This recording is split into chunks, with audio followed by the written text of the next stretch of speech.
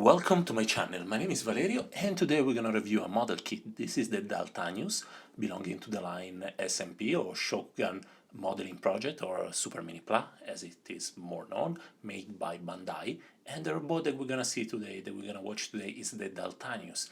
This is a robot from the end of the 70s, beginning of the 80s, as far as I can remember. I can't remember the exact year it came out. This is a combining robot, and if you never watched the anime, it is quite enjoyable. Honestly, last time that I saw it was like 30 years ago, but still, I have fond memory about it. Now, the last product from the Super Mini line, from the Super Mini Pla line, have been quite amazing. The Voltes, among the many, or the Daitan, so I have high expectation regarding this kit, and I bought it on Hobby in Japan for something like $55, give it or take it, plus shipment and whatever it was that I can't remember.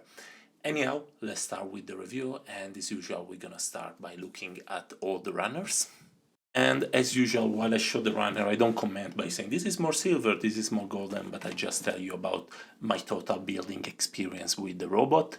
And first of all, so there is a good quantity of plastic. There are some parts that are already pre-paint, as it is normal with the SMP line.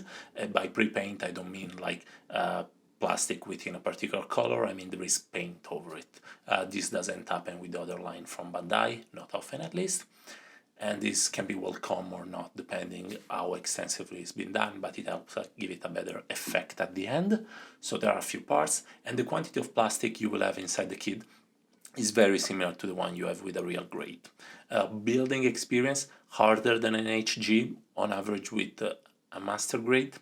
Why I say so? Even a bit harder sometimes. Why I say so? Because the robot doesn't end up being particularly big. It is 18 centimeters, it is transforming, and the build per se has quite a few problems.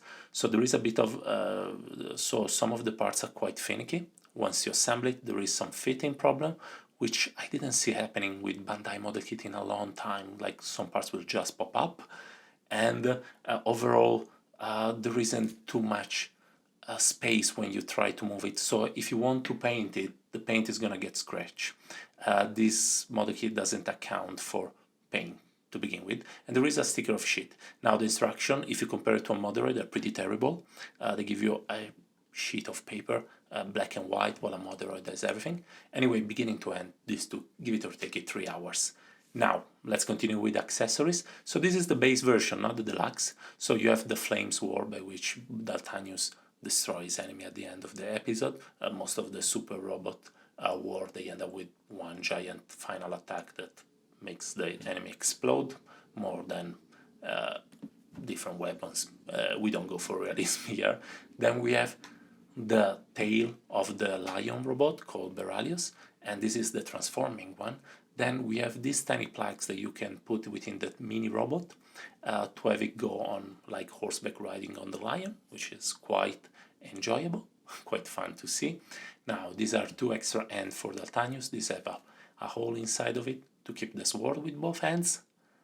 Now we have 2 tiny hands, and these are the small one for Antares, which is the name of the small robot out of it. They have plugs, but we don't have the accessories.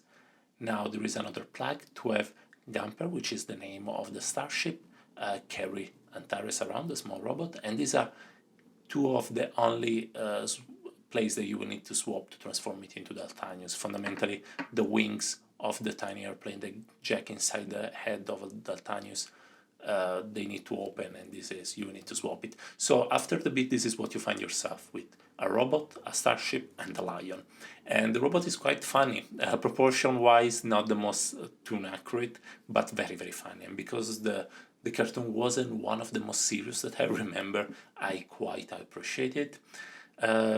As I was saying, build not great, guys. A lot of pieces tend to fall. The first part that you will build, that is the starship that plugs within the head of the tiny robot, as a piece that might break, so pay a lot of attention exactly on the first step of the instruction. It is a soft piece of plastic. No idea why they went for that solution. And while the nails of the lion have the tendency to follow because there isn't enough space for them to securely plug inside of it. This is a fitting problem, very very strange with Bandai. Everything is fine with the starship, however they have a gimmick by which you open like the top of it and you have a couple of grabbing hands, it doesn't work. Like, plainly, piece will just fall off, and that is not much fun. Let's look a bit of articulation of our tiny Antares. So move up and down, left and right. The arms can reach a certain height, but nothing crazy, let's say shoulder height, and the arm can bend to 90 degrees, which is a-okay. There is a butterfly joint that then becomes the one of Daltanius, and there is a waist joint. You can bend the legs, obviously, because they're empty behind, and there is a tilt over the feet. Overall, this is okay. Like, I don't expect much in articulation from combining robots. And this is the starship I was telling you about. Please pay attention once you move the wings. So the green cockpit have the tendency to fly out if you don't glue it, and the joint at which the wings move can break. So please pay attention to it, because otherwise to fix it is not particularly easy. Now we're gonna look at Beralius, the lion. So mouths can open up and down, and they look super weird with the closed mouth. Like, they didn't, I don't know, just weird. Looks way better. So you can move with open mouth. You can move it's not the paws, let's say the arm and the legs, and then you can move back and forward, very similar to the movement that we saw last week, not last week, but a few weeks ago with the Voltron. Quite fun joint, are pretty resistant. Now you can swap the more cute tails with this one, that obviously I built the opposite way, so please forgive me if I show you how to plug it the right way. Also because this is the one that we will have to use for the transformation and not the other tail. However, I will not show you the transformation because I saw that the average time that people look at my videos is a bit shorter for English versus Italian, so I decided to cut it off. If you're interested in the transformation, you can look at the Italian video. Just put a nice song to cover my voice in Italian, or if you like the sounds of Italian, maybe new learning experience. However, transformation is not particularly fun. This is one of the worst examples of transformation where parts do explode once you build it. At the end of the day, it is okay, but to arrive there, not much fun. I think that Modern Good Smile Company does a better job within transforming robots. Not always, but more often than not, their standard is a bit higher than SMP line. Especially in the last one. The first one of Modern are terrible. Anyway, let's take a look at our final robot. As far as I can remember, what is 7 inches? Something like that, a bit more than 7 inches, if I'm not wrong, and if, yeah, like 7.5, something like that. Is exactly as tall as the Ditarm from the same line, and the Voltron that we saw a few weeks ago. And overall, it looks okay. The problem is the transformation and the solidity of the build. I will recommend to use some glue on the bicep. It will not block the transformation, but will block the fact that the parts will jump off once you try to move the biceps. I don't know, they have some weird solution over it, and overall I'm not a big fan technical wise. So the lion feet have the same solution as the Soul of Chogokin, so they don't disappear, you cannot detach them, and if you detach them you will have a plug that is pretty visible.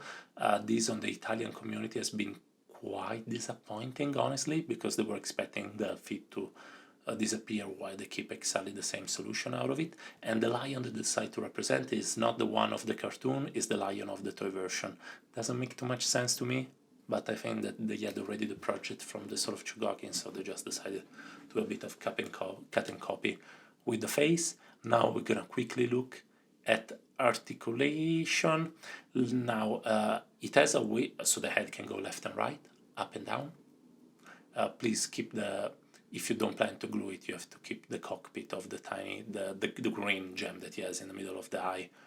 You have to keep it with your hand. There is a butterfly joint, there is a double joint. If you direct it well, yeah, you see now the bicep did open, and it will continue to open every time I try to manipulate, so I recommend a tiny bit of glue out of it, to glue it a tiny bit. So to avoid part to escape, you have to close it back, then you have to keep it with your hands. And I do know their model kit, but after the last great kit that they made, I had better expectation out of it. This is a bit more like old style SMP. You see, move up and down. So the waist can move. However, to move it, and they show you only after you already build it, you need to remove the tiny feet from the robot, from the tiny robot. At that point, you unlock the waist joint. I will show you after that, yes, it can move a lot. To move the legs, you have to raise the skirt, and then the joints are pretty solid. Overall articulation, once you remove the tiny feet of the transforming tiny robot, is pretty good. 90 degrees with the knee, there is an ankle swivel, like it is okay. Give me 2 seconds that I unplug the feet, transform it properly. I don't know why they don't show you from the beginning that you can remove the feet out of the robot. However, there it is, the waist swivel. Anyway, articulation is pretty good for the transforming robot, which is always appreciated, because you expect that there are going to be some compromises within articulation once it transforms. Now for comparison, I will pick up some of the older kit from the same line. But first, Lego Dude. So if you have a Lego Dude, you can kind of understand how big it is. It's not super small. Now we have the Ditar from the SMP. Absolutely amazing kit. Like if you find it, buy it. I completely love it. One of my favorite model kit. Voltes, another amazing kit, guys.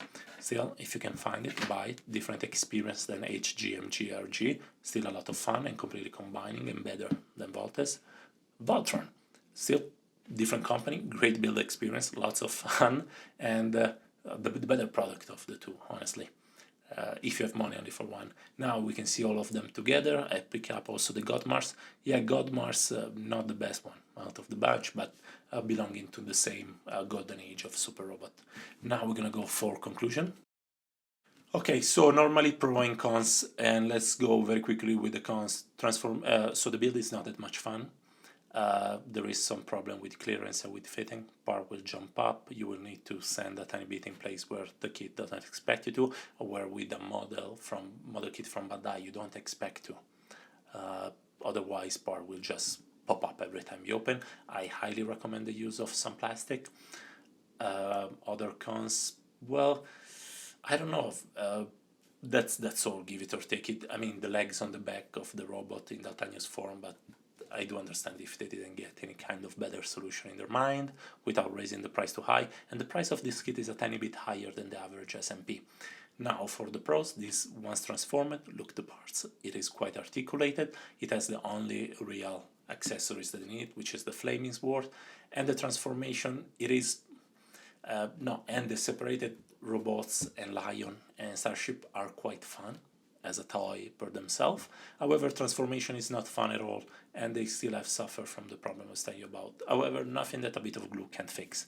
Now, do I recommend it? So here I am a bit biased. This is a cartoon. This is from an anime that I grew up with, so I quite love it. But let's put it like this. If you have a good memory out of this, this is the only option for a model kit as far as I know.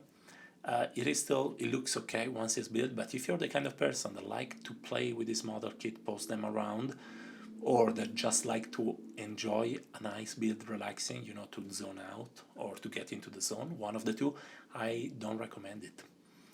This is really for people that love the design, but it is not much fun. Said so, it is possible that I got bad luck with my copy. However, I'd be surprised with. Anyway, from Valerio, it's everything. Please, if you like the video, let me know below, and have an amazing day. Bye, guys.